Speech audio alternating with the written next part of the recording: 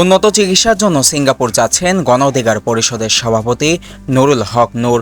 সোমবার সকাল ৮টায় তার সিঙ্গাপুরের উদ্দেশ্যে রওনা দেওয়ার কথা রয়েছে।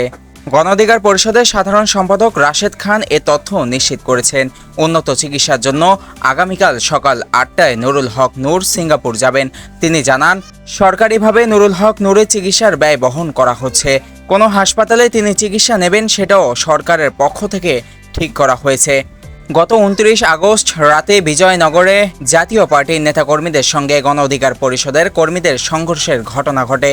ওই দিন রাতে ৯:১০টার দিকে সংঘর্ষ নিয়ন্ত্রণে আনতে আইনশৃঙ্খলা রক্ষাকারী বাহিনীর সদস্যদের সঙ্গে গণ অধিকার পরিষদের নেতাকর্মীদের সংঘর্ষ হয়। সেই ঘটনায় নুরুল হক নূর, সাধারণ সম্পাদক রাশেদ খান সহ অন্তত ৫০ জন আহত হন।